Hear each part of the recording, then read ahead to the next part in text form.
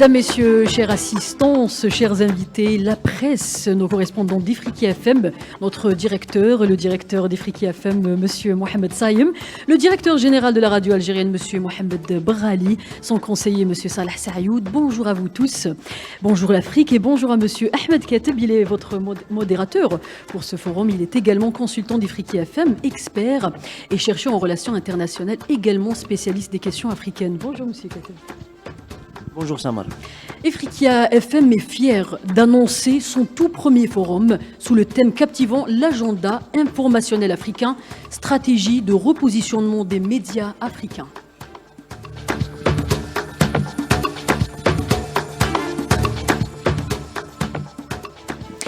Des leaders d'opinion, des professionnels, des médias, des universitaires et des décideurs sont là pour explorer en profondeur les défis et les opportunités qui entourent l'évolution de l'agenda médiatique du continent africain.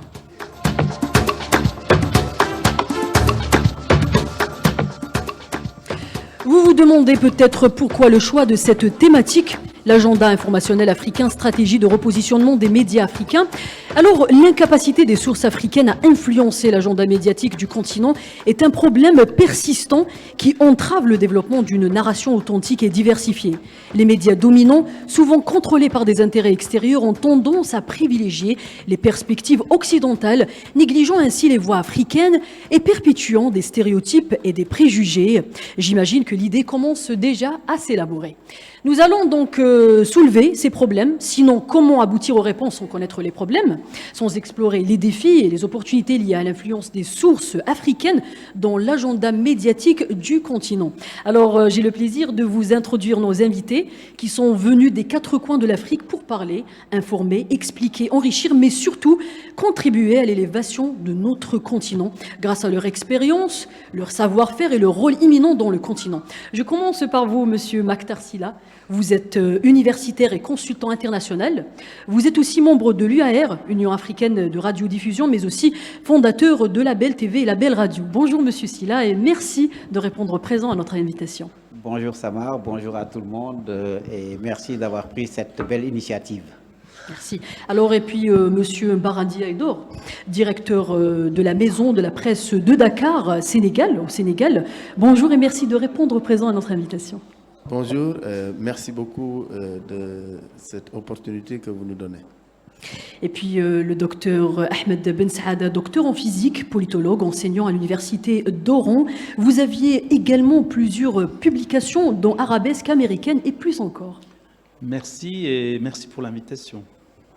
Merci. Et Monsieur Abdul Karim Mahamadou, il est correspondant d'Ifriqiya FM depuis le Niger, un journaliste de la presse médiatique nigérienne. Vous étiez également correspondant de médias occidentaux. Un plaisir de vous rencontrer, enfin, Mahamadou. Bonjour Sama, merci beaucoup, merci à l'assistance, merci pour cette opportunité, une belle opportunité d'ailleurs, pour parler de nous, pour parler des médias en Afrique, de ce que nous faisons et de ce qu'Ifriqiya FM fait pour nous. Merci. Bienvenue à tous encore une fois. On commence sans plus tarder. Monsieur Kateb, la parole est à vous. Merci Samar. Chers auditeurs, mesdames, messieurs, les responsables, les journalistes, c'est un honneur que de participer, que de modérer le premier forum de notre radio Ifriqiya FM. C'est un honneur d'autant plus qu'aujourd'hui, l'Afrique a besoin d'une voix africaine qui parle des peuples africains, de leurs espoirs, mais qui parle également de leurs attentes.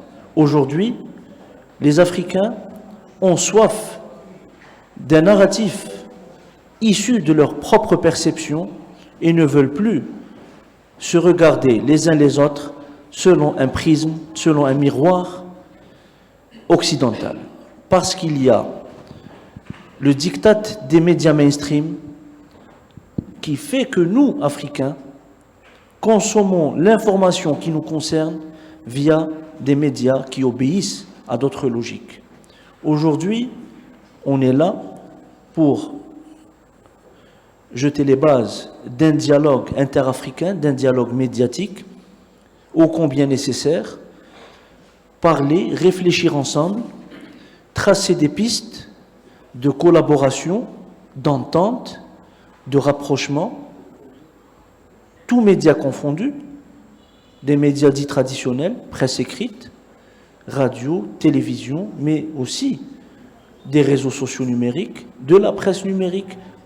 Tout ce qui foisonne aujourd'hui en Afrique est nécessairement intéressant pour nous, spécialistes, professionnels des médias. Je ne veux pas monopoliser la parole parce que le temps qui nous est imparti est, hélas, très court.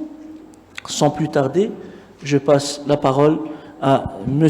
Maktar Sylla pour son intervention. Je précise que les interventions doivent tourner autour de 7-8 minutes pour pouvoir passer par la suite au débat. Je vous remercie.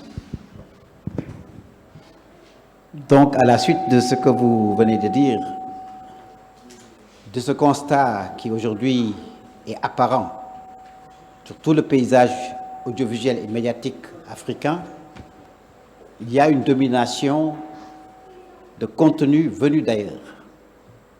Ce n'est pas un hasard, parce que ces contenus qui arrivent procèdent d'une logique et d'une stratégie de politique audiovisuelle extérieure, que ce soit de l'Asie, de l'Europe, de quelque autre continent que ce soit. Nous sommes aujourd'hui dans une ère où il n'est plus possible de faire la police des frontières. Au-dessus de nos têtes, dans nos oreilles, planent et bruissent des sons venus d'ailleurs, dans une véritable stratégie de conquête de public et d'audience, qui ne sont pas neutres, avec des objectifs qui sont multiples. Ce sont des objectifs géostratégiques, ce sont des objectifs économiques, ce sont des objectifs culturels, de domination et véritablement d'expansion et de visibilité de ces pays et de ces groupes qui aujourd'hui assiègent le continent. Face à cela, quelle est la situation sur le continent? Il y a certes, c'est vrai, des initiatives isolées. Il y a eu Africa numéro 1, il y a Africable. Dans mon propre groupe, depuis 2017, j'ai une chaîne, l'une des deux, Label TV, se veut une chaîne panafricaine. Mais ce qui manque jusqu'ici, c'est qu'il y ait ce cordon ombilical, ce trait d'union entre la volonté et les aspirations professionnelles qui doivent répondre à des besoins de consommation de nos publics et une volonté politique. Et c'est là où effectivement l'expérience algérienne est importante, parce qu'aujourd'hui, nous sommes dans un pays qui a une initiative panafricaine qui s'inscrit pas seulement dans les médias, mais qui a une stratégie globale de solidarité africaine, de développement du continent, avec des initiatives très claires. Dans le domaine des infrastructures, dans le domaine économique, dans le domaine sanitaire, je peux en citer beaucoup. Et aujourd'hui, quand on voit que l'Algérie, avec ce projet d'avoir cette cité un peu des médias, tout cela, il y a une dynamique et il y a une volonté véritablement de faire. Donc, il faut partir du principe qu'il faut faire les choses par nécessité d'abord. Par nécessité stratégique, d'opportunité, parce qu'on ne peut pas être le continent du présent et de l'avenir avec tous les potentiels dont dispose l'Afrique. En même temps, quand il s'agit des médias, nous sommes relégués comme les derniers de la classe. De la nécessité, de l'utilité. De l'utilité aujourd'hui parce qu'il faut que le continent se vende d'un point de vue économique, d'un point de vue culturel, d'un point de vue technologique. Quel que soit le point de vue que nous prenons, l'Afrique est le continent du capital humain, par sa jeunesse, par sa compétence, par son dynamisme, par les aspirations futures. C'est le continent du présent et de l'avenir. Alors, quand on fait le nécessaire et l'utile, il faut que ce soit dans le domaine du possible. Pour que ce soit possible, il faut qu'il y ait effectivement des initiatives. L'Ifriqiya en est une. Les autres experts dont je parle en sont d'autres.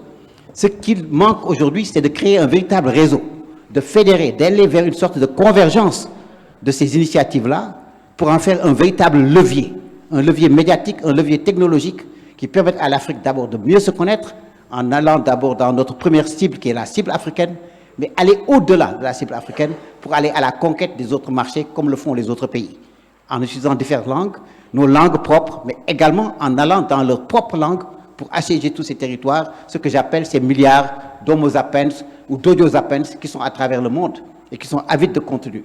De la même manière qu'aujourd'hui, les gens consomment des produits culturels africains, ils consomment, pas consomment, mais les sportifs africains aujourd'hui, dont on ne parlait jamais, sont au summum de leur gloire et de leur talent. Donc il est aujourd'hui important que tout ce dispositif, tout ce potentiel africain soit valorisé. Personne ne le fera mieux qu'à notre place. Il ne s'agit pas de faire pour l'Afrique, il s'agit pour l'Afrique de faire pour elle-même, par elle-même, avec les gens qui aspirent et qui aiment l'Afrique, mais également que l'Afrique s'adresse au reste du monde en conquérant. Parce qu'aujourd'hui, effectivement, s'il y a un continent qui a des ressources naturelles, qui a des ressources humaines, qui a un potentiel de développement, qui aujourd'hui attire tous ces investisseurs, c'est bien notre continent africain. Donc je salue cette initiative-là, que ce forum puisse être pratiquement un rendez-vous hebdomadaire qui peut se faire en multiplex avec différents pays et qu'on y aille dans une politique de step by step. En tout cas, moi je suis prêt, aujourd'hui et maintenant, de mettre tout le dispositif que je fais au service d'un tel projet. S'il faut faire Ifriqiya TV, je suis prêt à mettre Label TV pour que ce soit la première branche d'Ifriqiya TV. Et pour Label Radio, comme je l'ai dit ces derniers jours, je suis prêt en avant, en avant, en avant. Merci, M. Makhtar Sylla. C'est un véritable plaidoyer. C'est une main tendue pour fédérer, converger, créer des synergies entre nous, Africains. Vous savez, il y a un ancien roi numide, donc le nord de l'Algérie, Massinissa, qui avait dit en son temps l'Afrique aux Africains. Il s'adressait aux Romains, à vrai dire, mais pour dire notre continent, notre région est à nous. Elle n'est pas la vôtre. C'est l'Afrique aux Africains, c'est à nous.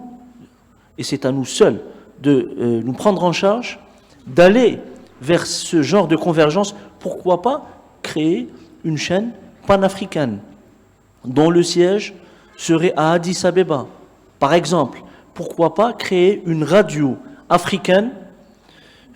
Il y a bien RFI, il y a bien Voice of America, il y a bien ces radios qui nous inondent de programmes, qui nous inondent de narratifs, d'idéologie. Donc, il faut peut-être penser, nous autres Africains, à aller vers ce genre de convergence, créer une agence de presse pour qu'il y ait l'image de l'Afrique, pour qu'il y ait le récit de l'Afrique qui est fait par les Africains et non pas par les majors, les agences majors, AP, AFP, Reuters et autres.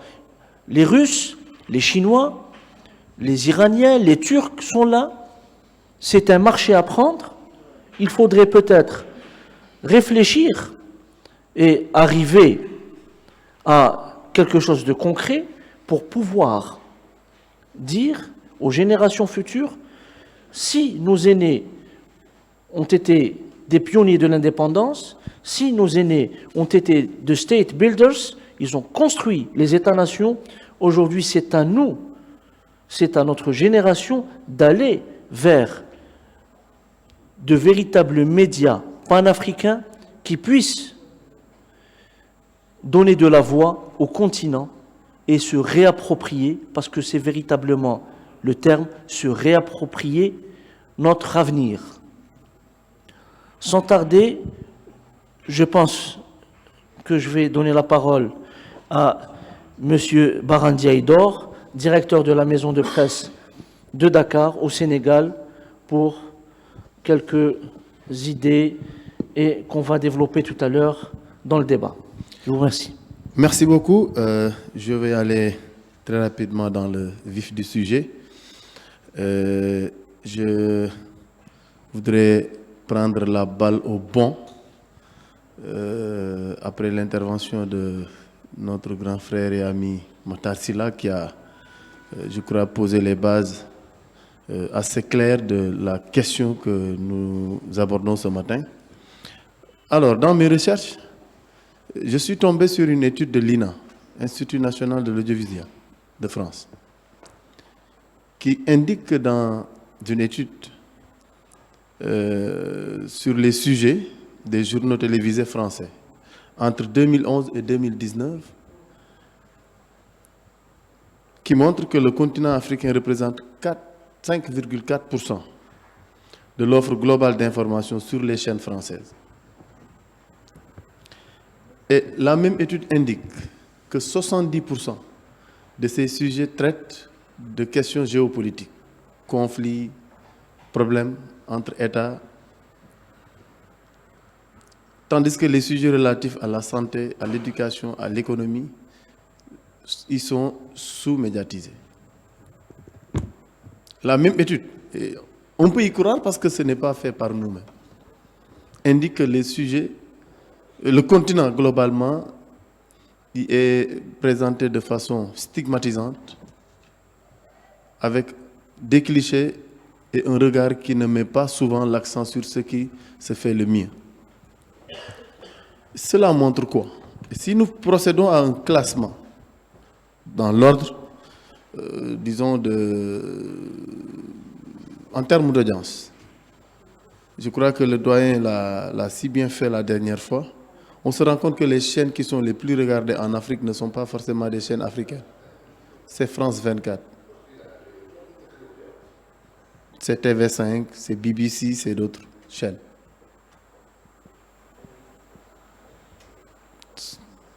Qu'est-ce que ça nous apprend? Un ami, le frère Lionel Ballon du Cameroun, nous faisait la dernière fois une remarque. Quand il est arrivé à l'hôtel, il allume la télévision, il tombe sur Algérie 24, hein? France 24 en français, France 24 en anglais, hein? Il y a aussi France 24 en arabe, je crois. AL 24 en arabe. Et quelle autre chaîne, tu disais? C'était 4 chaînes.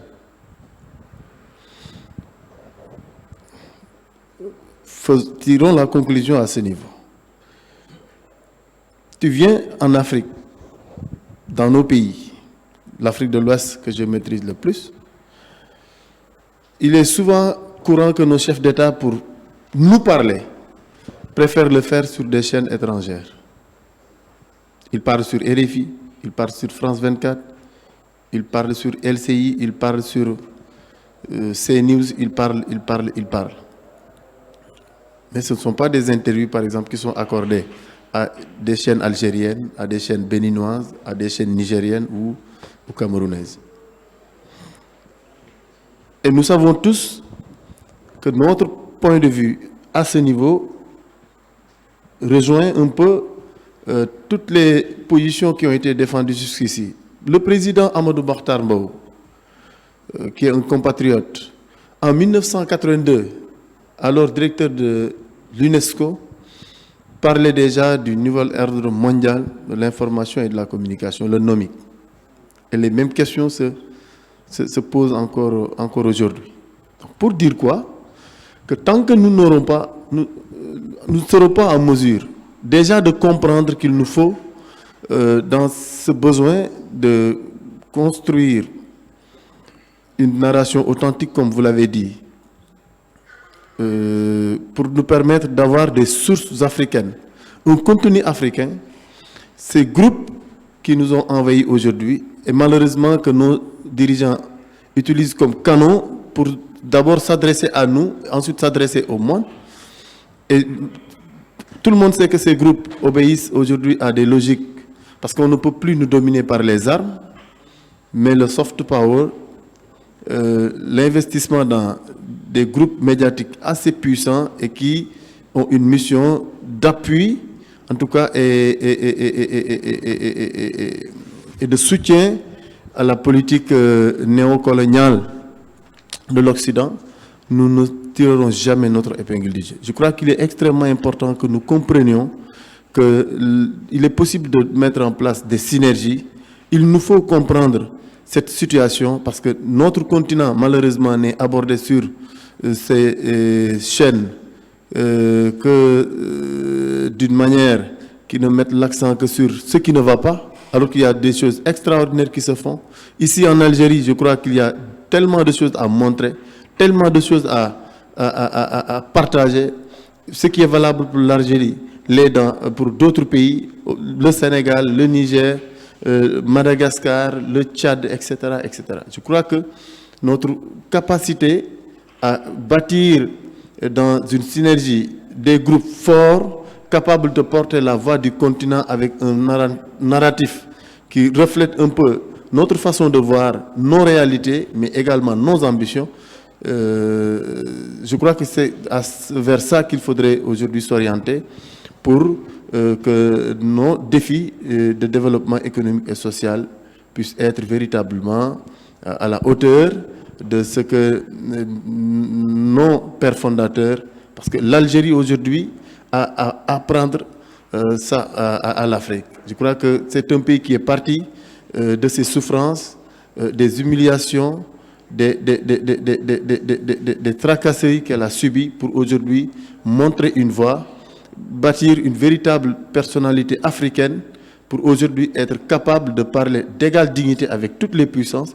Et je crois que c'est dans cette logique aujourd'hui qu'il faudrait s'orienter pour bâtir des groupes forts, crédibles, avec une information africaine par les Africains, pour les Africains.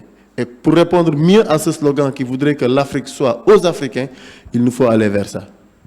Merci Monsieur Bara Ndiaye Dor. Je rappelle que vous êtes directeur de la Maison de la Presse du Dakar au Sénégal. Je reviens vers vous, Monsieur Kateb. Merci Samar. Merci à notre cher confrère Bara Ndiaye Dor. Donc, il nous faut peut-être réfléchir ensemble aux voies et moyens pour pouvoir revoir, rééquilibrer notre agenda informationnel sur le continent. Et c'est ça, je crois, le but de notre rencontre aujourd'hui. Donc c'est de réfléchir ensemble, de poser quelques questions et d'avancer vers du concret. Les médias, c'est une affaire non pas uniquement de communication, mais c'est également une question d'influence, de guerre. On parle aujourd'hui de guerre de 4e génération. Les médias, la communication sont au cœur de cette problématique. Sans plus tarder, je passe la parole à M. Ahmed Ben Saada pour la thématique « Les nouveaux médias en Afrique, canal d'information ou outils de guerre de 4e génération ». Merci M. Kateb. Alors je profite de votre intervention pour vous prendre un mot qui est le soft power. Le soft power est en fait un outil très important de pénétration dans les pays. C'est un outil qui a été développé par en fait des Américains et qui l'utilisent vraiment à bon escient. Ils ont réussi. Quand on parle des États-Unis, on cherche justement à le ressembler sans pour autant rentrer dans les détails de leur vie politique, etc. Le concept de soft power est intimement lié au concept de guerre de 4e génération. Ces guerres de 4e génération, utilisent l'information comme un outil de guerre. En fait, le produit informationnel, il est arsenalisé, c'est-à-dire l'information que vous recevez n'est pas exempte d'idéologie politique qui est transmise envers un pays donné, parce que chaque pays est visé en fonction de ses problèmes, de problèmes politiques, économiques, sociaux, etc. Et l'utilisation de la guerre de 4e génération, on la voit, donc c'est un concept qui a été développé par l'Académie militaire de West Point en 1989, et on les voit actuellement à l'œuvre partout, et surtout, comme notre sujet actuel c'est l'Afrique, surtout en Afrique. Donc ces guerres de 4e génération ont pour but d'utiliser l'information pour manipuler les peuples, pour leur donner une vision qui est bien établie par l'extérieur. Et au-delà des médias dont vous parlez, c'est-à-dire les médias comme France 24 ou BBC, etc., il y a une autre manière d'introduire la guerre de 4e génération, c'est d'utiliser des médias locaux qui sont financés de l'extérieur. Il y a plusieurs exemples, on en a parlé dans différentes émissions sur Ifriqiya FM, c'est d'utiliser en fait des citoyens, des autochtones des pays, et en les finançant et en leur donnant des thèmes à traiter. Vous avez par exemple le cas de Direct TV au Burkina Faso, par exemple, qui a été extrêmement impliqué en 2014 en ce qui concerne l'éviction du président Compaoré. Vous avez aussi, par exemple, une radio qui s'appelle la radio Okapi en RDC, qui a été anti-Kabila et qui est financée par, en particulier les fondations Open Society de George Soros, qui sont extrêmement présentes en Afrique. Je rappelle que George Soros est à la tête d'une soi-disant fondation qui cherche à imposer le concept de société ouverte, c'est-à-dire une société où le gouvernement ne décide pas de ses politiques nationales. Il faut qu'ils ouvrent le commerce, etc. Ce serait un peu long d'expliquer dans le contexte de notre rencontre d'aujourd'hui, mais toujours est-il que le travail de George Soros et de ses fondations extrêmement présentes, George Soros et l'Open Society sont présents en Afrique depuis 1997, donc ça fait plus d'un quart de siècle. Ils ont dépensé des millions de dollars. George Soros a dépensé au-delà de 3 milliards de dollars depuis sa création, ce qui est connu, en fait, ça pourrait être plus. En Afrique, il a dépensé juste en 2017 70 millions de dollars qui ont été donnés pour des fondations. En fait, il a 3 leviers. Le premier levier, ce sont les médias. Il investit beaucoup dans les médias. Le deuxième levier, c'est les organisations civiles et les ONG. Alors, je citerai, comme j'ai ici 2 collègues qui viennent de Sénégal, il y a le mouvement Y en a marre qui est financé directement par les fondations George Soros et qui a été très très actif pour l'élection de Macky Sall, par exemple. Exactement. Ouais. Et vous avez d'autres mouvements, par exemple, comme le mouvement Balai Citoyen au Burkina Faso, qui aussi, avec la radio qui travaillait ensemble, ont réussi aussi à mettre en fuite M. Blaise Compaoré. Donc, il faut regarder aussi cette problématique de radios qui sont financées de l'extérieur et qui ont beaucoup plus de moyens que les radios nationales. Donc, ils bénéficient des petits groupes de jeunes qui ont, qui ont été cooptés par l'intermédiaire des droits de l'homme, tous des concepts fallacieux, des concepts qui cherchent à déstabiliser des pays, ou si ce n'est pas déstabiliser des pays, c'est d'imposer des dirigeants, d'imposer une vision de la politique qui est propre aux Occidentaux et qui n'est pas du tout propre aux Africains. C'est-à-dire la même chose, si c'était des Africains qui auraient des idées, comme j'ai toujours dit, des idées intrinsèques à l'Afrique,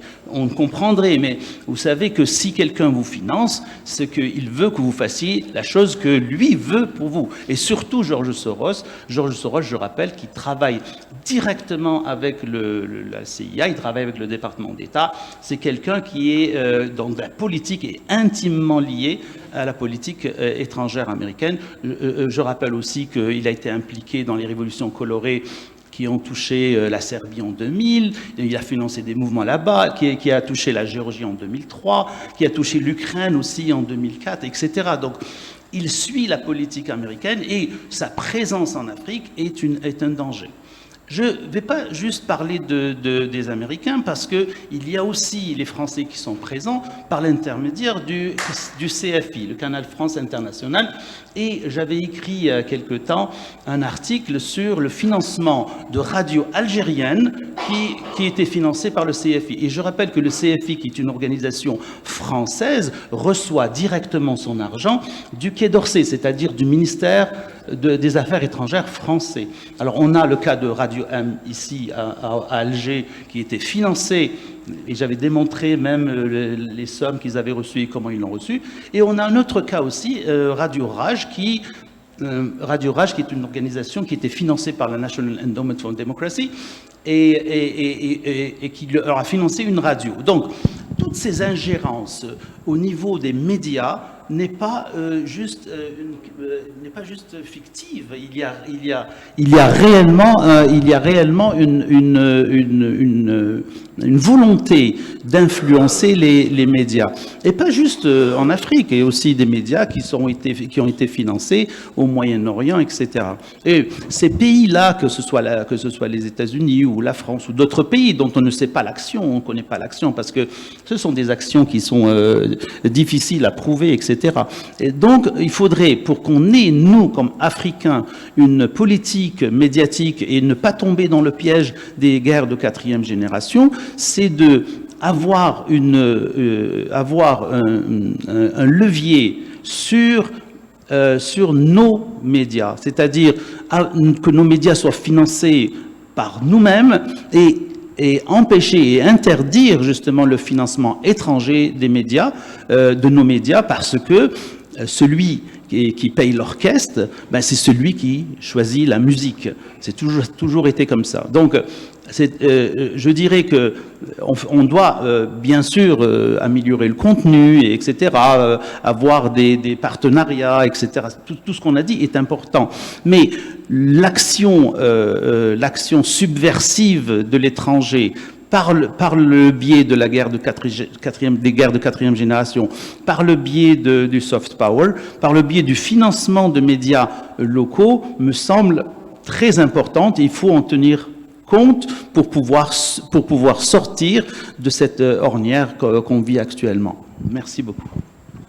Merci, Monsieur Ben Saada. Je rappelle que vous êtes politologue. On continue, Monsieur Kateb, avec le débat. Merci, Monsieur Ben Saada. Donc, un éclairage intéressant par rapport aux moyens utilisés par certaines ONG, par l'Open Society notamment, pour pouvoir pénétrer les différentes sociétés à travers des médias, à travers des associations, comment manipuler l'opinion publique. Et c'est ça, justement, l'action subversive inhérente à la guerre de quatrième génération.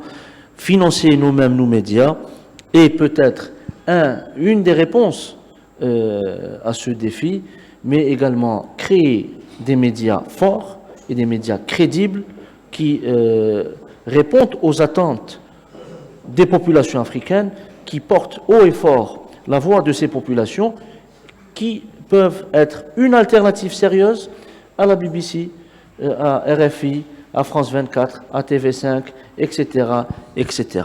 Donc, je reviens vers Ifriqiya FM, qui est une radio jeune, dont le staff que j'ai l'honneur de côtoyer et d'en faire partie surtout est un staff de jeunes mobilisés, de jeunes convaincus, de jeunes qui ont un idéal panafricain.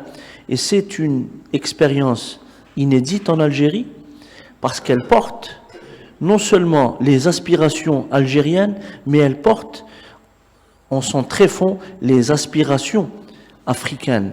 Comment Ifriqiya FM permet aux Africains de se parler, de s'écouter. C'est une expérience unique, et j'ai le plaisir d'introduire mon collègue Abdelkarim Mahamadou, correspondant d'Ifriqiya FM au Niger, pour justement nous parler de notre radio, Ifriqiya FM, média à dimension africaine.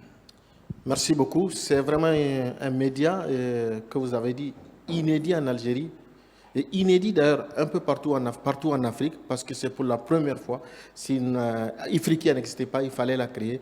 C'est pour la première fois qu'on voit un média panafricain où il n'y a pas que des nationaux, il n'y a pas que des journalistes du pays d'accueil, mais il y a des journalistes de presque tous les pays, qui sont ici à Ifriqiya, et où on parle beaucoup plus de langues. Je veux parler du Hausa, du français, du tamashek et bien d'autres langues africaines. Et donc c'est une radio pour les Africains, faite par des Africains et qui parle directement aux Africains. C'est en fait une radio de proximité où quand vous êtes chez vous, vous entendez ce qui se passe chez vous. Et en bien, je le dis parce que pour ma petite expérience, j'ai travaillé avec des médias hexagonaux. Je sais comment eux, ils façonnent l'information, Ils vont au-devant de l'information, ils la façonnent et la soumettent à notre consommation, très malheureusement. Et il n'est pas exclu que des médias nationaux se réfèrent à ces médias qui reprennent les mêmes informations de ces médias à travers des fils de l'AFP, à travers, vous avez parlé tout à l'heure du CFI, il y avait le monitoring à l'époque. Donc moi j'ai travaillé pour la ITV, France Télévisions, je sais comment ça se passe, nos reportages qui passent dans d'autres pays, et ce sont des clichés noirs avec lesquels on peint l'Afrique, très malheureusement. Ce ne sont pas souvent des réalités. L'Afrique, quand on parle de l'Afrique, c'est l'Afrique de guerre, c'est l'Afrique de famine, c'est l'Afrique de sécheresse, c'est l'Afrique des inondations. Alors qu'il y a beaucoup de choses que les Africains font. Il y a des merveilles que les Africains font en termes de développement. L'occasion que l'Algérie nous a donnée aujourd'hui, on a visité l'Algérie, on a visité le potentiel économique de l'Algérie, tout ce que l'Algérie fait. Malheureusement, il n'y avait pas assez de communication et c'est tout cela que peut-être ces médias auraient dû relayer, que de relayer des choses qui sont obscures, qui ne sont pas du tout bonnes. Les médias hexagonaux, je l'ai dit, aujourd'hui, avec ce panafricanisme, avec cet élan que les gens sont en train, on a vu dans certains pays où ces médias ont été fermés. Je crois que c'est l'occasion pour Ifriqiya de prendre le relais et de s'implanter de manière durable pour parler aux Africains, pour parler de ce qui se passe en Afrique en termes de bien. Moi, en tant que correspondant au Niger, dès le lancement d'Afriqiya, en mai 2003, je crois que c'était à l'occasion de la journée mondiale de la liberté de la presse, mais bien avant, moi j'ai eu à faire des productions pour Ifriqiya. Et quand je dis aux gens que c'est Ifriqiya, mais c'est quelle radio ça? C'est Africa numéro 1. Je dis non, ce n'est pas vrai. Ça c'est plus qu'Africa numéro 1. Et les gens veulent écouter. Aujourd'hui, il y a des gens qui me demandent sur quelle fréquence il faut écouter Ifriqiya. Je leur dis seulement télécharger sur Play Store l'application. Et à quand est-ce que Ifriqiya sera en modulation de fréquence à Niamey ou au Niger? Il dit ce sera bientôt, ne vous en faites pas. Donc Ifriqiya est venu aujourd'hui pour donner de l'espoir aux Africains, pour changer la façon de donner l'information, de donner la vraie information aux Africains et qu'ils sachent ce qui se passe chez eux, ce qui se passe sur le continent de meilleur que tous les autres stéréotypes et clichés que les médias hexagonaux nous ont habitués. C'est vraiment une fierté. Merci. Merci, chers confrères, chers camarades. Il y a un problème de perception, et c'est justement la perception que nous donnons de nous-mêmes qui doit être la plus importante. Qui détermine l'agenda? C'est une problématique essentielle. L'agenda setting est établi par qui? Est-ce par nous-mêmes, Africains, ou on laisse le choix de cet agenda setting aux autres, aux Occidentaux, aux médias mainstream? Il y a une deuxième problématique, le gatekeeping. Qui est là pour surveiller la porte, comme on dit, pour donner les bonnes informations, pour être dans l'afro-optimisme et non pas l'afro-pessimisme? Parce que le problème qui se pose actuellement pour la présence de l'Afrique dans les médias internationaux, c'est que le narratif est quasiment le même. On est dans l'afro-pessimisme. Notre ami M. Ndiaye a parlé de statistiques de l'INA. Même si l'Afrique occupe une place minime, mais 70% de cette place minime est consacrée aux conflits, aux famines, aux guerres, que du pessimisme, que du négatif. Jusqu'à quand les Africains pourront consommer ou devront consommer une information qui les flagelle à longueur de journée? C'est une question de perception, et je pense que nous autres Africains devrions nous prendre en charge pour pouvoir lever haut et fort notre voix et établir cet agenda setting que les médias mainstream nous refusent. Je ne veux pas monopoliser encore une fois il nous reste du temps pour le débat. Donc, je donne la parole à la salle, à celle ou celui qui veut prendre la parole. Justement, nous allons prendre la parole juste après ce spot pour explorer davantage Ifriqiya FM. Je vous laisse découvrir davantage la radio pour ceux qui ne la connaissent pas vraiment. Et on revient tout de suite.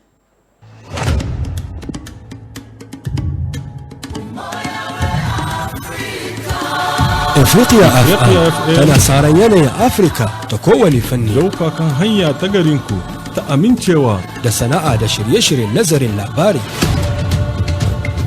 daban-daban na siyasa da na tattalin arziki da na addini da na tarihi. da na al'adu da wasa da wakoki da ganawar zarfinku na Afirka. Awa 24 zuwa awa 24. Ifriqiya FM, Ifriqiya FM, la voix africaine. La Voix africaine. Da tauraron FM 98.4 ga Tamarase. 500.6 kuma 88.9 cikin capital. Da 93.2 cikin Kasantina. Da 88.9 yammacin Algeria ga Wahran. Kuna iya ku kama Ifriqiya FM cikin hanyoyin sadarwa Kaman Facebook, da TikTok, da Twitter, da YouTube da Instagram. Kuma Ajax na Ifriqiya FM yana kowane kasa cikin Play Store. Kuma kuna iya kamawa Ifriqiya FM ga gajeren zango cikin kasashen duniya ga warinta na internet www.ifriqiyafm.com. Da tauraron dan Adam mai suna Arabsat da Alcomsat da Alcomsat da Nailsat da harsunanta Larabti da English da Faranshi da Buzanci da Hausawa da Bambarawa. Ifriqiya FM, la voix africaine. La voix africaine. Voilà, c'était un spot réalisé par nos journalistes en langue Hausa. Je vous donne la parole, Monsieur Ahmed Kateb. Je rappelle que vous êtes expert et chercheur en relations internationales, également pour synthétiser, afin de donner la parole à notre assistance. Merci Samar. Je pense que c'est un peu difficile de synthétiser des propos très intéressants qui parlent d'eux-mêmes. Donc, je ne pourrais oser rajouter quelque chose par rapport à ce qui a été dit, mais je vais user un petit peu du pouvoir qui m'est conféré momentanément pour ce forum, pour poser la première question. Donc, Monsieur Maktar Sylla, vous êtes également membre de l'UAR, donc l'Union africaine de radiodiffusion, et fondateur de la Belle TV. Donc, vous avez la casquette radiophonique, télévisuelle, de journaliste, mais également de responsable, d'administrateur. Est-ce que c'est évident? Est-ce que c'est facile? Est-ce que c'est envisageable avec les moyens qu'on peut avoir, chacun dans son pays, de créer une institution médiatique pérenne qui puisse s'adresser aux Africains? Oui, Ben Sada le disait tout à l'heure, je connais George Soros personnellement, puisque j'ai été au départ de West Africa Democracy Radio. À l'époque, c'était $1 million par an qui était mis dans cette radio. Pour dire tout simplement, vous savez, quand on essaye de faire, j'essaie depuis 2017 de faire une radio et une télévision panafricaine. J'étais au Gabon avec une douzaine de nationalités. Un investissement de plus de 11 milliards de francs CFA. Je n'ai pas été soutenu par aucun groupe panafricain, ni économiquement, ni tout. Comme il le dit, quand vous voulez y aller en solo, un peu en guerrier, sur la base de vos convictions, les gens ne vous suivent pas parce que ce sont les agendas. Un projet comme ça, Ifriqiya également, rencontrera des difficultés parce qu'il y a des gens qui n'ont pas intérêt à que cela se prospère. Parce que le jour où on arrivera à avoir de véritables groupes, de véritables radios, nos propres voix, ça remet en cause tout un dispositif, tout un écosystème international. Donc, ce qu'il faut faire, je pense, il faut combiner des initiatives professionnelles avec une volonté politique. Et c'est là également, comme le dit mon frère, la différence que Ifriqiya peut faire. D'un point de vue linguistique, d'un point de vue de son implantation, d'un point de vue de la composition de cette structure, mais également de cette volonté politique d'un pays et d'un chef d'État qui a cette fibre panafricaine. Si vous n'avez pas tous ces éléments-là, vous ne pouvez pas réussir. Vous ne voyez même pas le diable pour lutter là, que vous cherchez le diable. Je vous dis, on est dans une logique de survie au quotidien. Parce que cela, les gens qui sont en face de nous, qui ont des agendas différents, feront tout pour que cela ne puisse pas prospérer. Parce que le jour où les populations africaines, les citoyens, les auditeurs, les téléspectateurs, les consommateurs de contenu vont se l'approprier, il y a beaucoup de choses qui seront remises en cause, pas seulement dans le domaine des médias, mais de manière générale, dans l'économie, dans la politique, dans la démocratie, dans un certain nombre de choses. Donc c'est vraiment un combat, je vous dis, fastidieux, mais j'y crois. Et c'est pourquoi je dis, essayons d'identifier quelles sont les initiatives en Afrique qui existent. Il y a Africa, il y en a d'autres. À partir d'ici, j'ai essayé de contacter un certain nombre de gens. Le Bénin, Golf TV, qui est fermé aujourd'hui, parce qu'ils ont osé parler du Niger.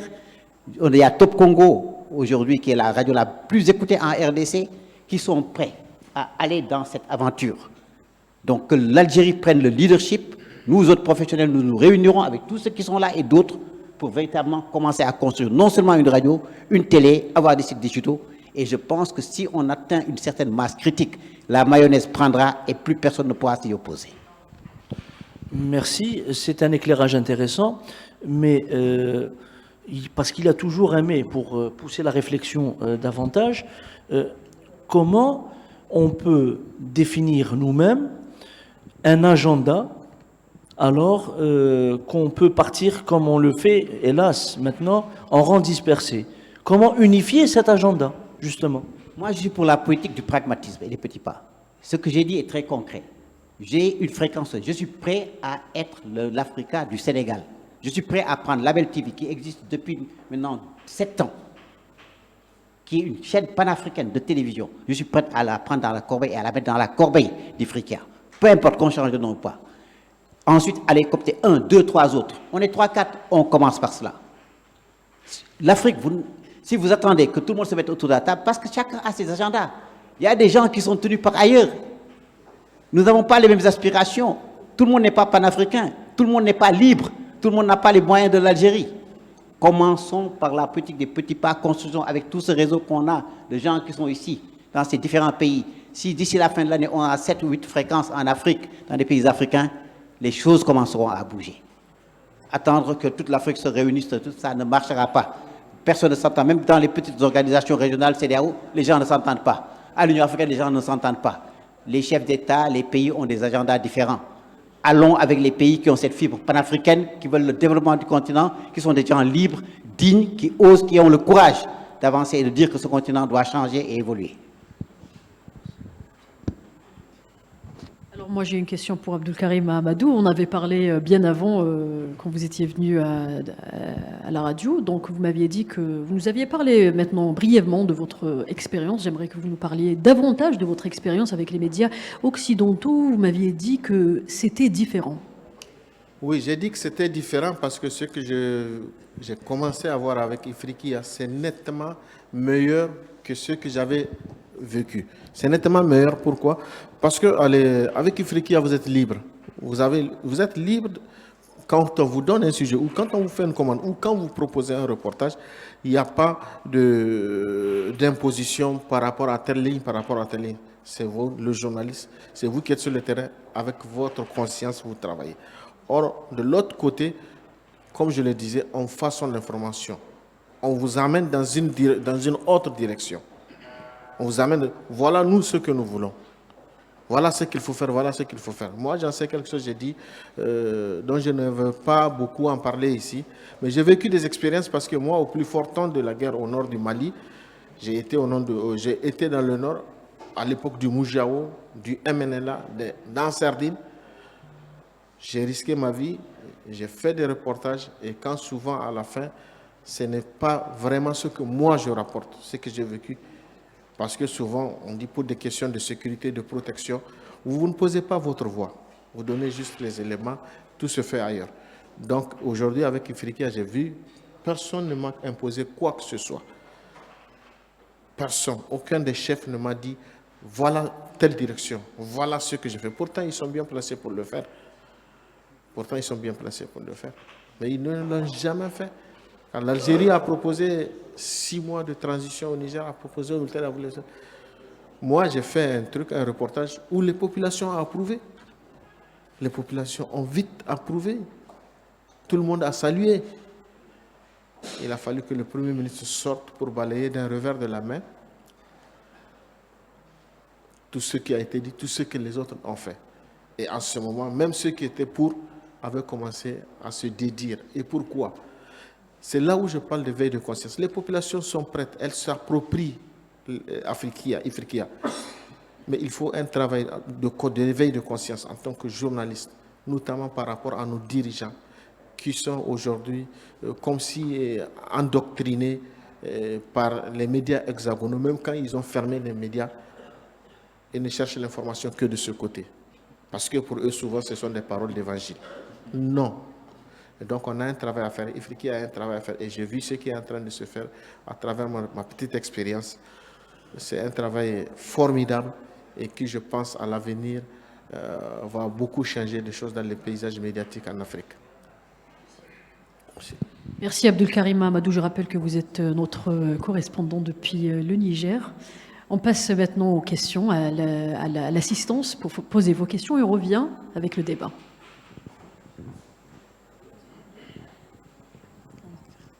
Bonjour tout le monde, c'est Maria Traoré, correspondante de Ifriqiya FM depuis Nouakchott, Mauritanie. Moi j'ai une petite contribution par rapport à cette vision que nous partageons tous ici pour ce panafricanisme. Je me dis pourquoi pas mutualiser ce qui existe déjà comme expérience.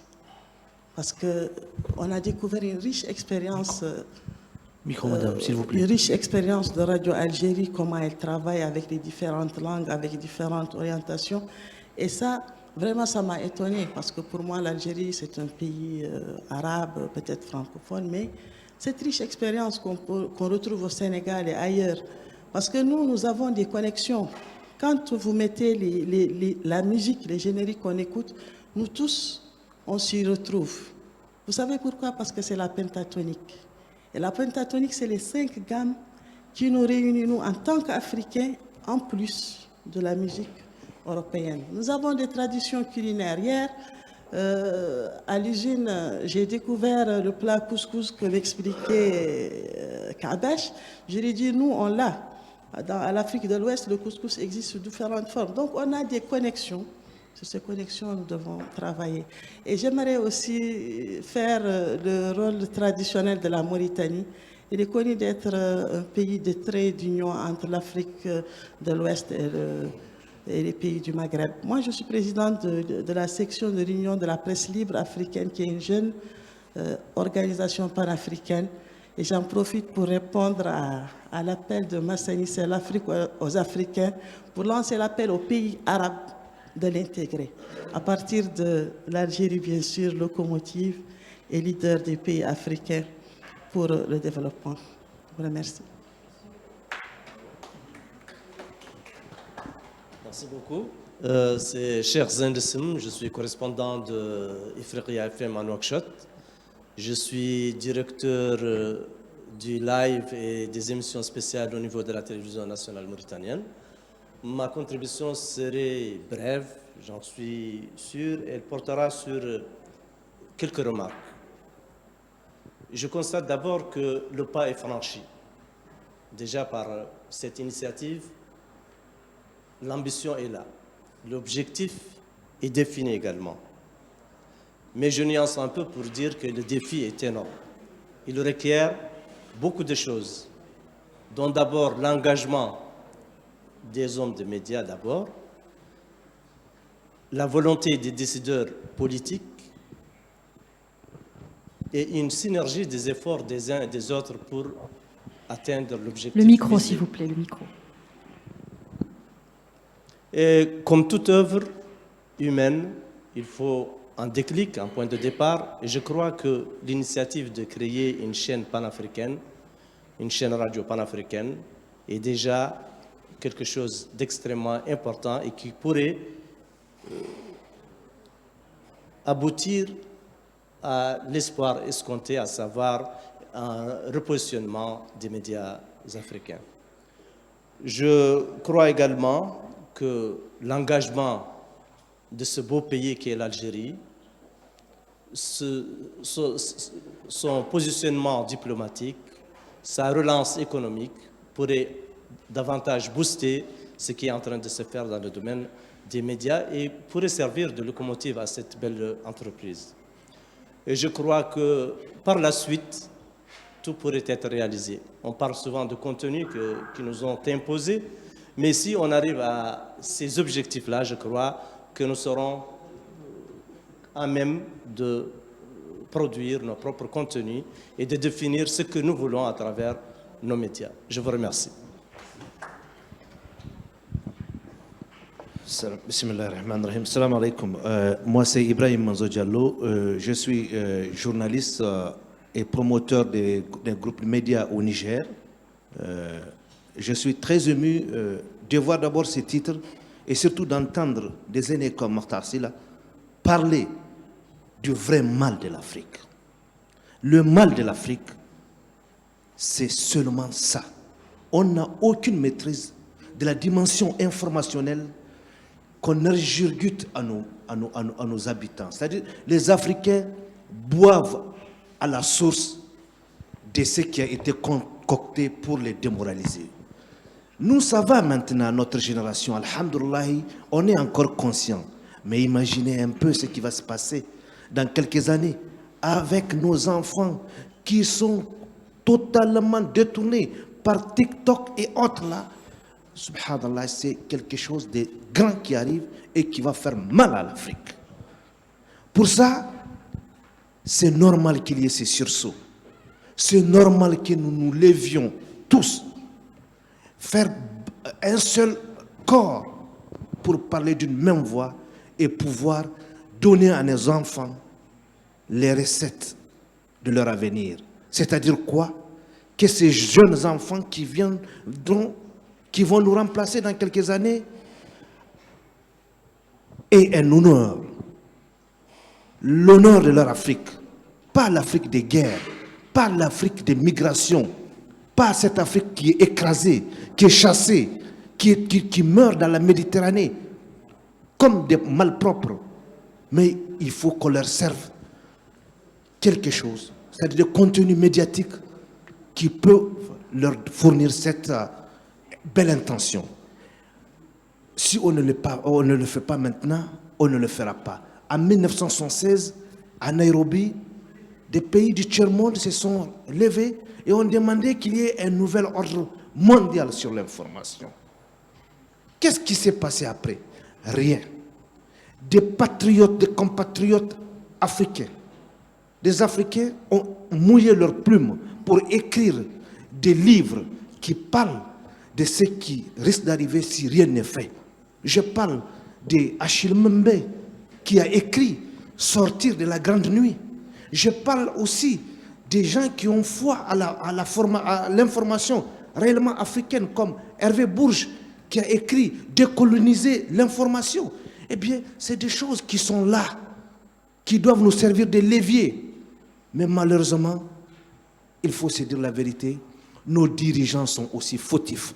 Abdelkarim l'a dit, nos dirigeants eux-mêmes sont complètement ensorcelés, formatés, qu'il ne peuvent y avoir de voix que quand on les entend sur RFI ou qu'on ne le voit sur l'écran de France 24. Mais ces mêmes médias, aujourd'hui, utilisent des narratifs qui nous dépassent. Pourquoi? Parce qu'ils nous renvoient complètement en arrière. Je vais vous donner juste un exemple. J'ai été invité sur un plateau européen, je ne dirais pas la chaîne, mais j'étais scandalisé, stomaqué, quand j'ai vu en arrière-plan me montrer des images de mon pays, le Niger, des images qui datent des indépendances.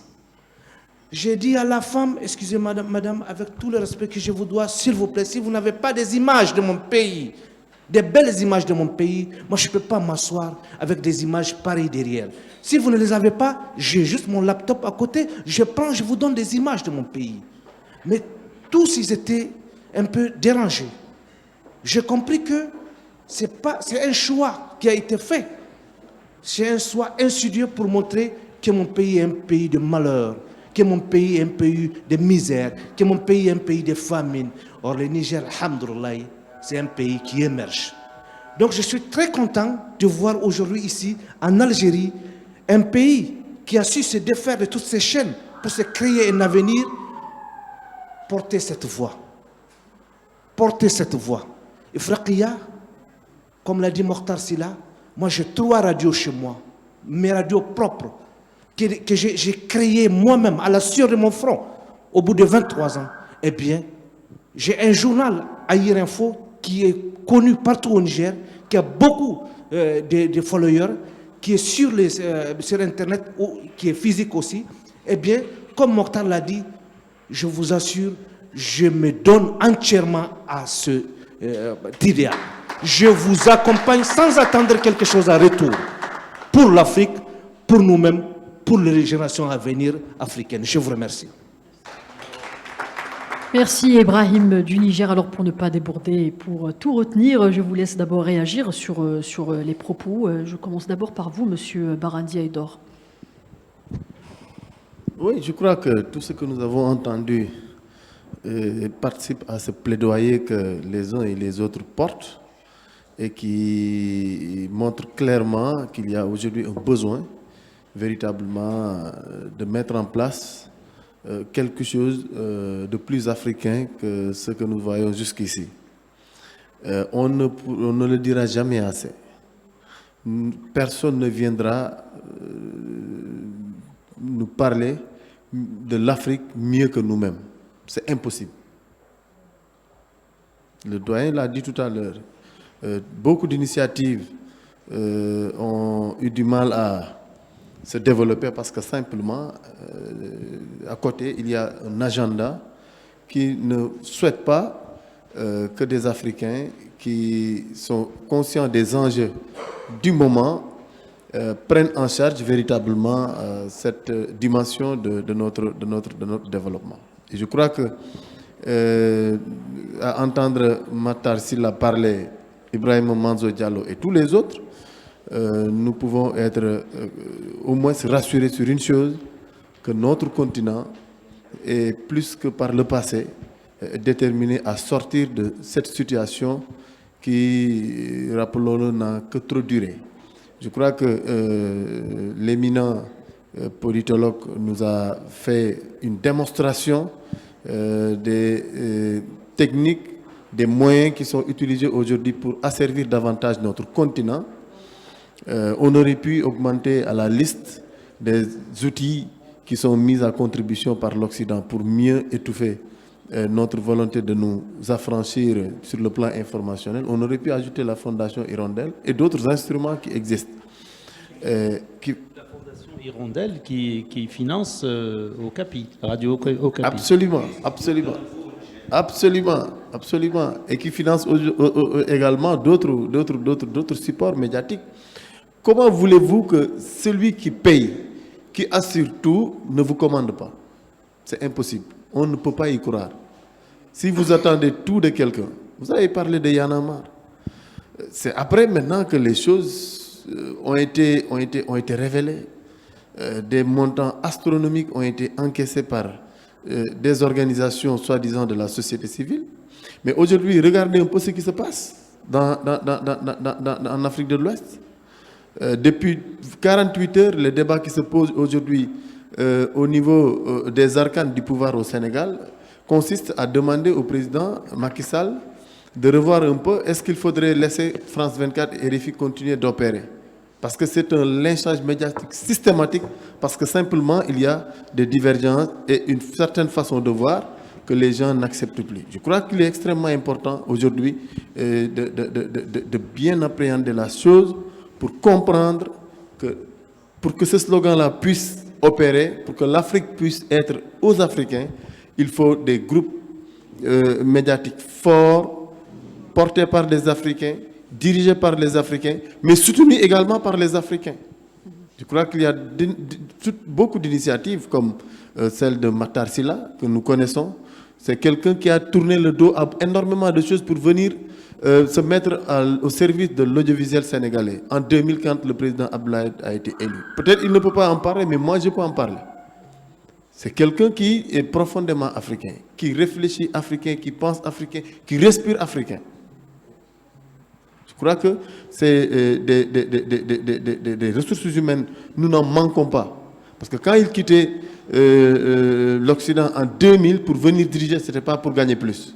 Il savait pertinemment qu'il n'allait pas être payé même à 20% de ce qu'il avait, des possibilités qu'ils avaient.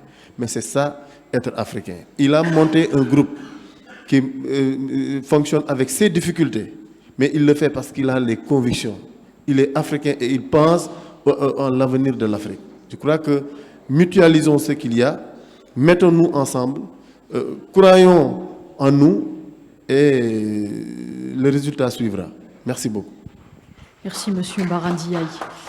Alors, pour répondre à Maria Traoré, je laisse la parole à Monsieur Kateb. Je pense qu'il est le mieux placé.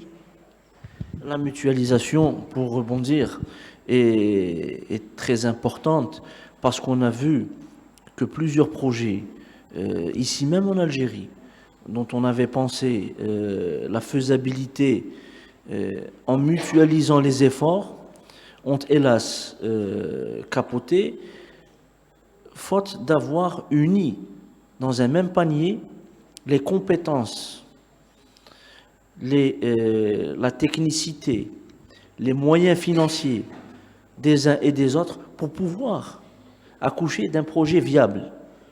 Hélas, on a perdu une chance. Moi-même, j'étais au cœur d'un projet en audiovisuel. On a perdu une chance parce qu'on n'avait pas mutualisé. On n'avait pas mutualisé. Aujourd'hui, nous avons la chance, avec Ifriqiya FM, de pouvoir mutualiser justement. Et on voit que nos correspondants en Afrique sont eux-mêmes des professionnels qui ont leurs propres médias. Donc, c'est peut-être le premier pas pour pouvoir bâtir quelque chose de pérenne. La pérennisation d'un média est garantie justement par tout ce qui est mis à sa disposition comme moyen financier, comme moyen matériel, mais surtout comme richesse humaine, comme intelligence. Et c'est le dernier segment peut-être qui est le plus important. Parce qu'aujourd'hui, il y a, c'est pas un conflit de génération, il y a une évolution dans la perception. Autant les TIC ont évolué, autant Internet a explosé, autant on peut tenir le monde entre les doigts d'une seule main, c'est-à-dire son téléphone. Le téléphone est mon bureau. Mon téléphone est également mon agenda. Mon téléphone est ma porte vers le monde pour pouvoir lire, écouter, écrire, tout ça. Je le tiens dans une seule main. Et là, pourquoi je reviens à la question générationnelle, aujourd'hui, on est dans la génération alpha, millénium. Nous-mêmes, nous sommes, on fait partie de la génération Y. Donc, il y a un basculement dans la perception, mais dans l'utilisation de la téléphonie, l'utilisation des smartphones, l'utilisation des nouvelles technologies de l'information et de la communication qui nous permet de créer notre propre contenu. On parle aujourd'hui de citoyens numériques.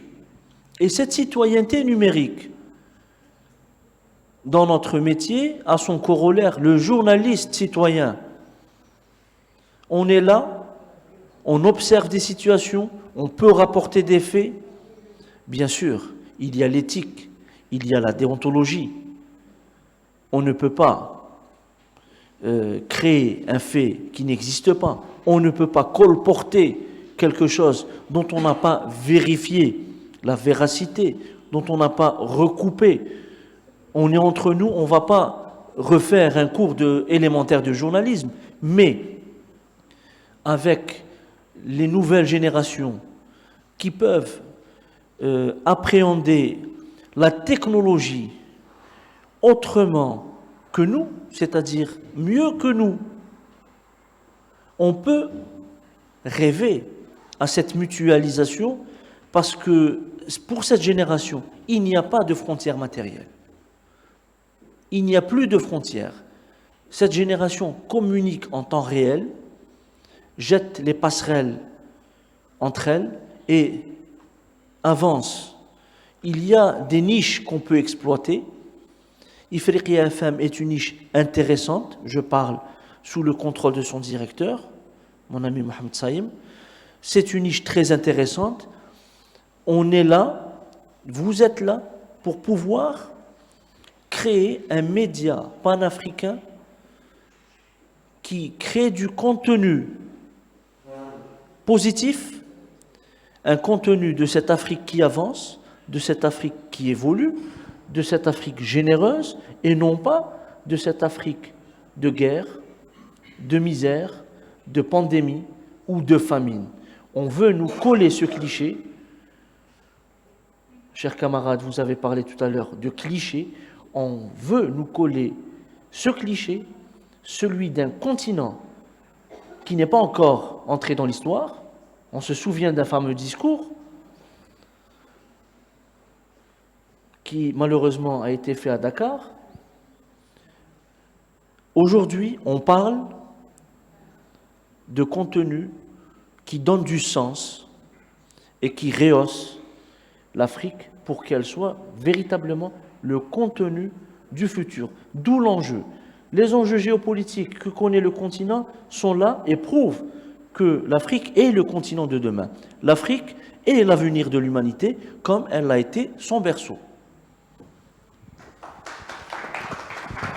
Le débat est toujours ouvert. Je redonne la parole à l'assistance pour poser davantage de questions.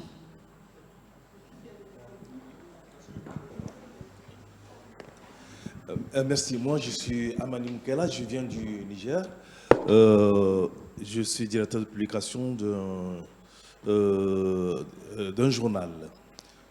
Africa, c'est une volonté politique qu'il faut construire. Nous avons un narratif à changer, à parler Afrique, à regarder Afrique. Afrique qui bouge, qui avance. Et nous connaissons notre problème. La meilleure chose à faire, c'est de travailler. Nous connaissons déjà notre problème. La seule chose à faire, c'est de travailler pour que ça soit pérenne. Merci, c'est ma contribution. Alors, bonjour, Zincher Faoui, je fais partie de la famille d'Ifriqiya FM. J'en suis très fier. La bienvenue à nos sœurs et frères du continent. Bonjour à Barandaï Dor. Je crois qu'on s'est vu à Ouaga pour le FILEP, le dernier FILEP. Voilà. Je transmets mes salutations à Madjabal Diane, si tu le vois, on se connaît. Un bonjour à Boubacar Diallo de Niamey, l'ancien directeur de la maison ici à Mahamadou. Donc, d'accord, voilà. Moi, je voudrais abonder dans le sens de M. Makhtar Sla. Pour le moment, je pense que la média panafricain est difficile à mettre en œuvre. Difficile et pas difficile. Dans les deux cas, je vais expliquer pourquoi. L'Afrique, effectivement, c'est le continent de demain. Alors, c'est 31 millions de kilomètres carrés. C'est énorme. C'est au moins 50% des ressources mondiales. Alors, toutes ressources confondues. Alors, ça va du pétrole au gaz, aux terres rares, tout, poissons, etc. Donc, là, on sent bien que vous venez de Mauritanie. Effectivement, donc, vous avez la République démocratique du Congo. Le pays, à lui seul, il a pratiquement 90% du cobalt qui est nécessaire à la fabrication des portables, etc. C'est 1,3 milliard de personnes. C'est un immense marché. Donc effectivement, l'Afrique, c'est le continent de demain. Ça, c'est l'élément qui nous laisse optimistes sur notre devenir, sur notre avenir, etc. Mais pour le moment, aujourd'hui, au moment où nous parlons, l'Afrique, c'est un continent où il y a aussi beaucoup de problèmes. On n'est pas là non plus pour vendre du vent aux gens, etc. Il faut avoir une approche réaliste. Aujourd'hui, l'Afrique, c'est 38 conflits. Il y a les grands conflits qu'on connaît, le Soudan, le Tigré, etc. La Libye, ça fait 12 ans depuis que ça a commencé en 2011, ça ne s'arrête pas. Mais c'est un continent donc, où aussi il y a beaucoup de défis. Donc il y a des conflits interétatiques, intra-étatiques, défis liés au changement climatique, défis liés à la pauvreté. Lorsqu'on regarde le Sahel, vous avez au moins 5 millions de personnes qui sont en insécurité alimentaire. Alors, dans certains pays, on ne milite pas pour le droit à l'information, on milite pour le droit à la vie, pour vous dire à quel point les choses sont difficiles, sont graves. J'ai la chance d'aller à Dakar, je connais Alioune, on a des amis communs avec M. Bara. Je connais bien Niamey, je connais bien le Burkina, je connais bien le Mali, etc. C'est des pays où il y a des défis immenses. Comme en Algérie, il y a aussi des défis. On n'est pas encore au sommet de... Donc, l'Afrique, c'est aussi des États démocratiques. Le Ghana, vous avez le Nigeria avec tous ses problèmes, c'est un État démocratique. Vous avez aussi des dictatures. Il y a des dictatures en Afrique. Et ces dictatures, est-ce que ces dictatures qui oppriment aujourd'hui leur peuple, alors l'Union africaine en 1999 à Alger a adopté une résolution qui consistait à condamner tous les changements de régime qui ne sont pas constitutionnels. Mais aujourd'hui, de 1999, on est en 2024, pardon, toujours encore une Afrique qui a du mal à se mettre sur le chemin. Oui, après, on peut expliquer les raisons. Vous avez des interventions externes, vous avez des problèmes internes, etc. Et donc, aujourd'hui, ces dictatures, ces régimes-là, est-ce qu'elles gagneraient à avoir un média panafricain? Ce que je disais tout à l'heure avec Maktar, il y a des pays qui ne veulent pas d'un média parce que ça dérange leur pouvoir, parce qu'il y a des gens qui sont là depuis 20 ans et qui veulent encore rester au pouvoir. Bon, tout à l'heure, le professeur Ben Saada parlait du ballet citoyen. Je connais certains acteurs du ballet citoyen. Oui, il y a un problème, ils sont financés de l'extérieur, mais Blaise Compaoré était là depuis 20 ans. On parlait tout à l'heure de Dakar avec Abdoulaye Wade. Il a fait ses deux mandats, mais il a essayé d'en faire plus. Aujourd'hui, avec Macky Sall, qui a un excellent bilan, mais on a senti à la fin une tentation de... Bon, aujourd'hui, vous avez aussi des dirigeants qui ne sont pas franchement d'accord pour un média panafricain. Alors, que faire? Que faire devant une situation comme ça? C'est quoi la solution? La solution, alors, il y a des solutions extrêmement pratiques. Déjà, dans un premier temps, il y a des médias, on pratique les moyens de nos ambitions. Moi, j'ai constaté que les médias africains faisaient très peu d'échanges entre eux. Des échanges, parce qu'aujourd'hui, le défi, c'est quoi en réalité? C'est la production de contenu africain qui puisse tenir tête à un contenu qui nous vient de l'extérieur et qui ne correspond pas tout à fait à ce que nous sommes, à ce que nous voulons. Donc aujourd'hui, déjà, j'ai remarqué moi, je suis un produit de la presse écrite. Et je suis en train d'entamer une expérience avec les gens de la radio qui est magnifique. C'est un média extraordinaire. La presse écrite, j'ai rarement vu un journal algérien appeler son camarade à Niamey, à Dakar. Bon, écoute, moi, j'ai pas de correspondant à Dakar, mais est-ce que tu me donnes l'autorisation de reprendre l'article que vous avez publié? Je vais le mettre chez moi. Ça me fait des économies. Alors, le raisonnement est valable pour la radio, le raisonnement est valable pour la télévision. Alors, on achète du contenu des États-Unis, d'Europe, du Canada, de Suisse, etc. Mais on n'achète pas du contenu de nos pays frères et amis. C'est pas normal. Alors, si je m'amuse à piquer, entre guillemets, un article de chaque média africain, sérieux, il y a des médias sérieux, je rends un hommage à nos confrères du Kenya, je rends un hommage dont les médias sont de bonne qualité.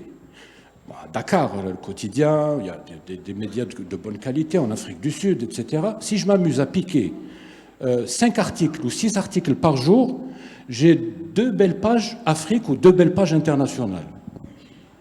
Donc, en attendant que ce média panafricain se crée, etc., il faut mettre les bouchées doubles sur les échanges entre les pays.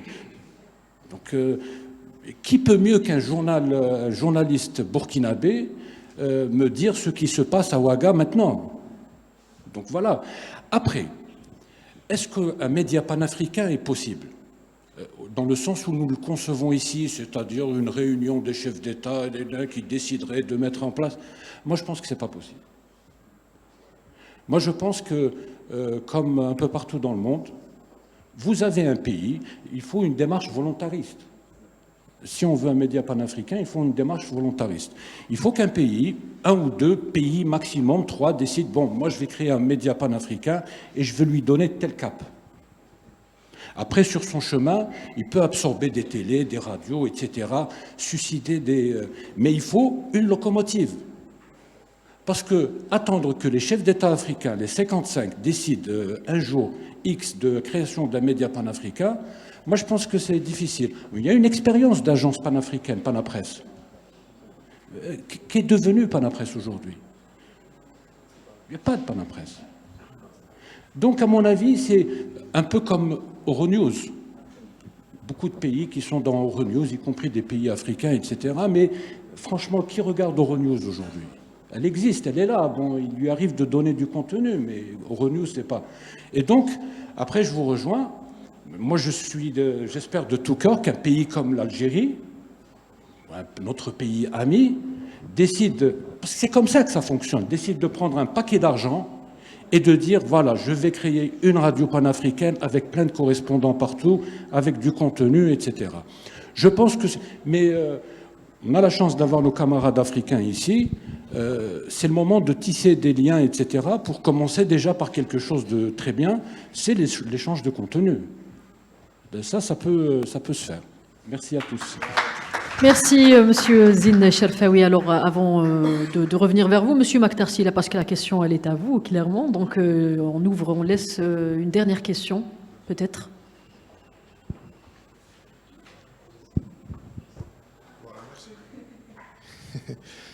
Voilà, merci. Je vais essayer de surfer un peu sur tout ce qui a été dit. Moi, c'est Lionel Bayon-Fils, je suis journaliste, je viens de Cameroun.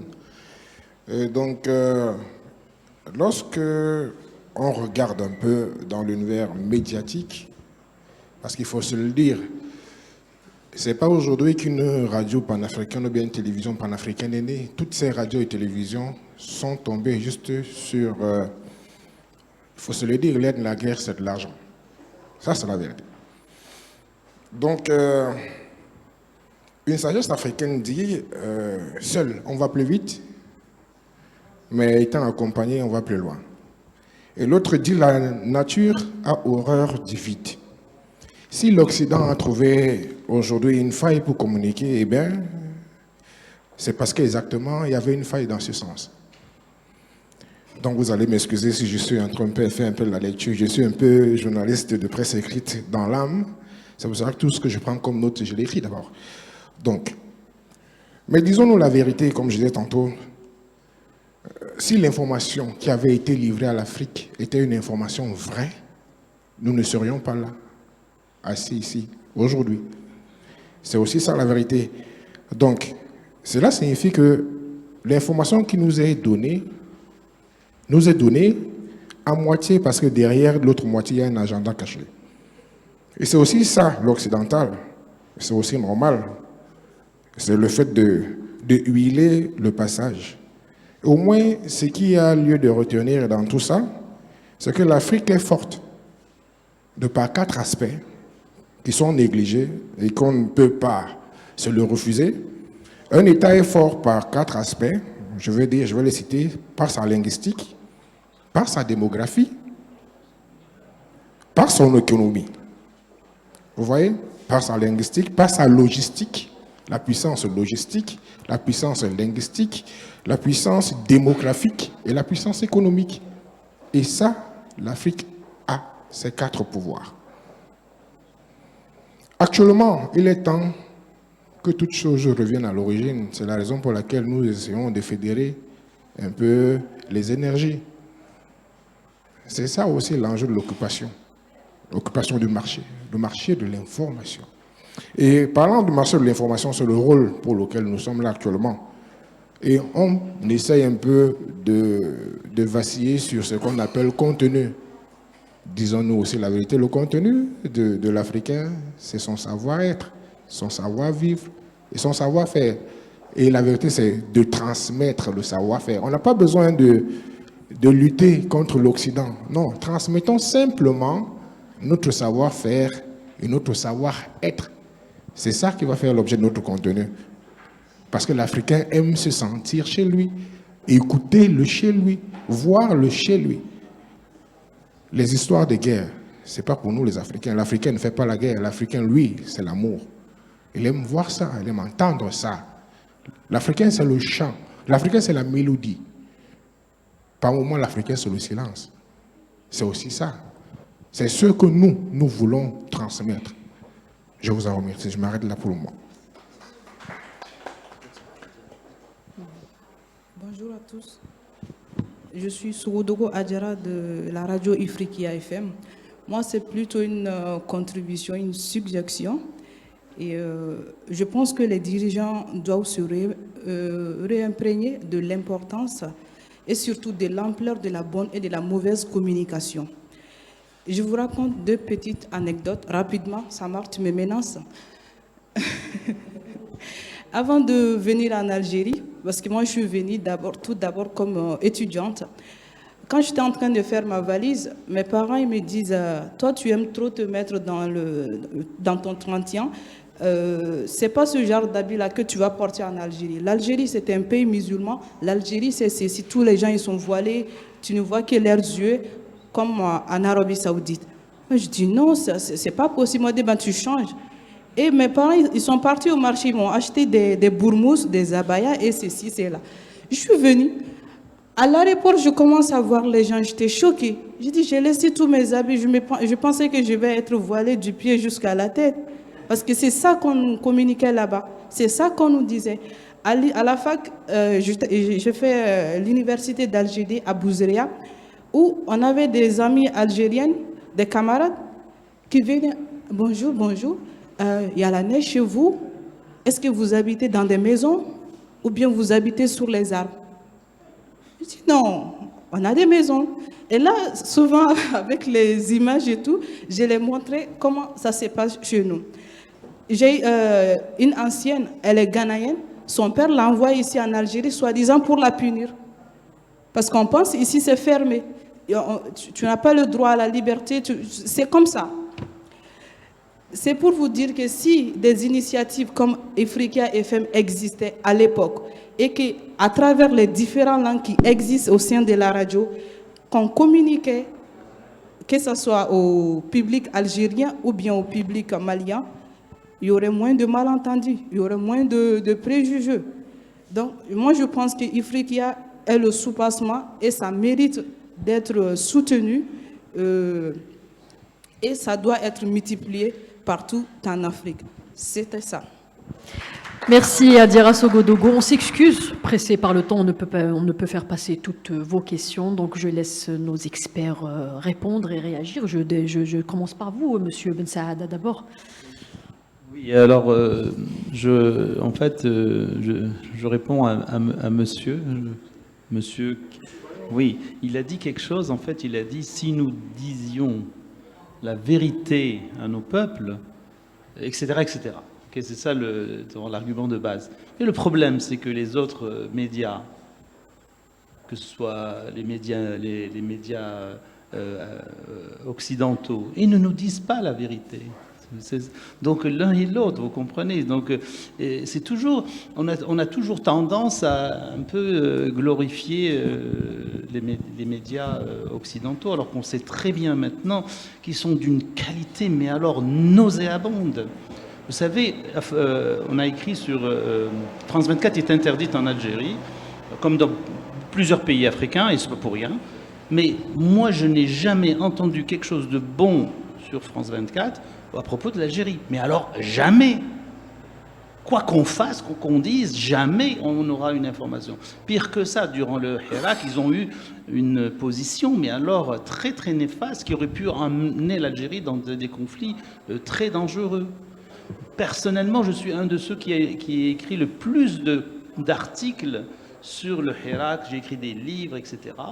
Je n'ai alors jamais été invité sur France 24, alors que tout ce que je dénonçais était toujours passé en primeur sur la chaîne. Donc ce ne sont pas des médias libres, ce ne sont pas des médias qui nous donnent l'information pour nous, ils veulent leur information qui doit passer pour leurs agendas politiques. Donc il faudrait juste me faire la remarque. Autre chose, pour revenir à ce que disait mon ami Zine Cherfaoui, c'est vrai que tous les problèmes qu'on a, on fait toujours passer les problèmes économiques à l'avant, problèmes économiques, etc.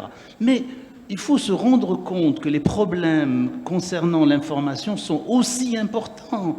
Et c'est ça, on n'arrive pas à concevoir que l'information est aussi importante que l'économie, parce qu'elle sert justement à donner de la vraie information, elle sert à connaître une stabilité, à connaître nos valeurs, qui permettent justement à l'économie de prospérer.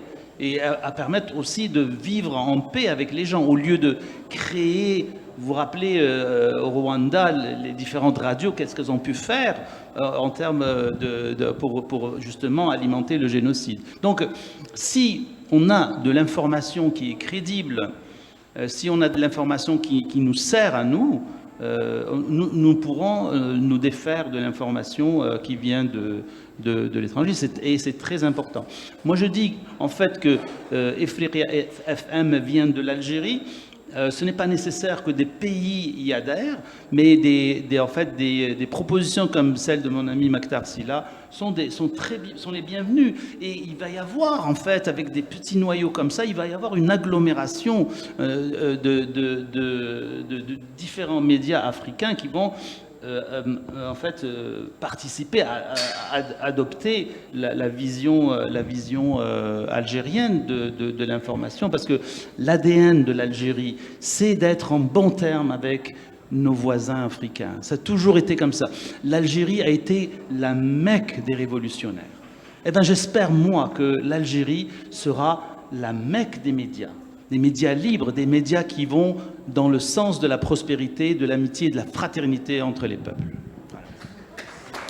Merci, Monsieur Ahmed Ben Saada. Donc, on revient vers vous, Monsieur Maktar Sylla. Monsieur Zine Cherfaoui s'est adressé à vous, donc je vous laisse réagir aux questions qu'il a abordées, justement. Oui, moi, je suis tout à fait en phase avec ce qu'il dit. Le constat, il est clair, il est net d'un point de vue politique. Toutes les expériences, toutes les démonstrations qu'il a faites, à 100% d'accord.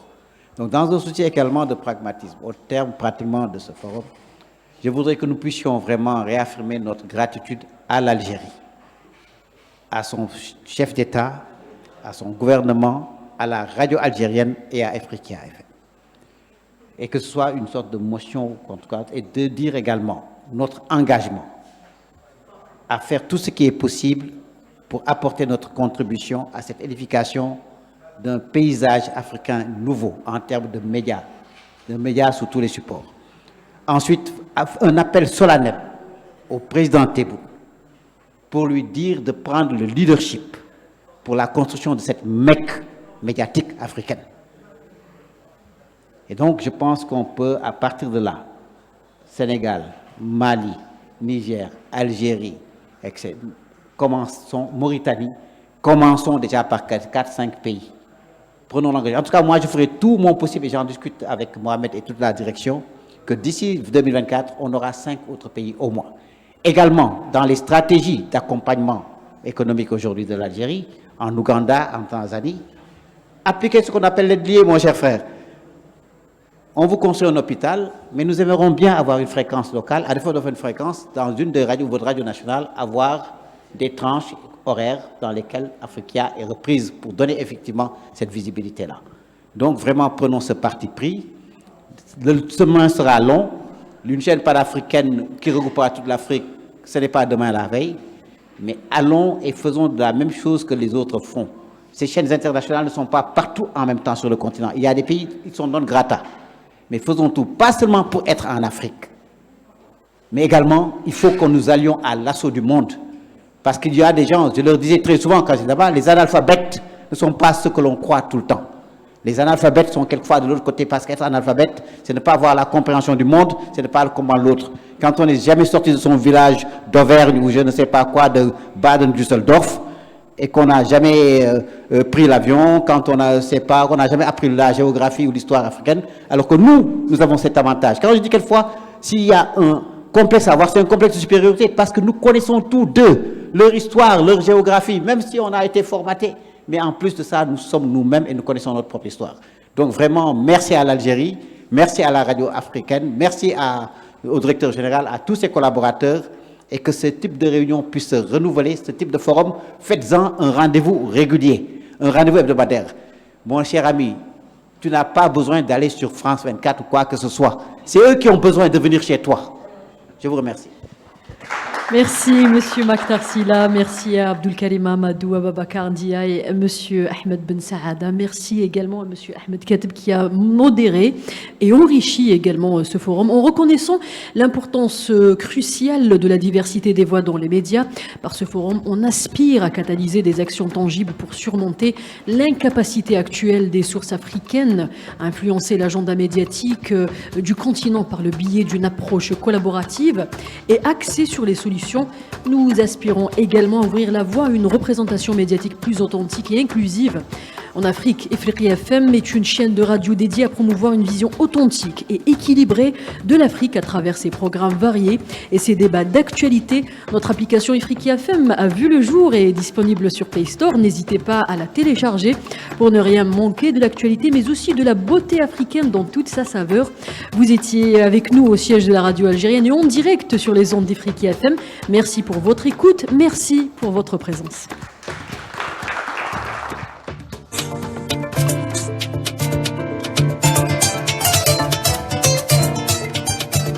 Jena Lamini Ifriqiya FM kera yelin bele bele baye awma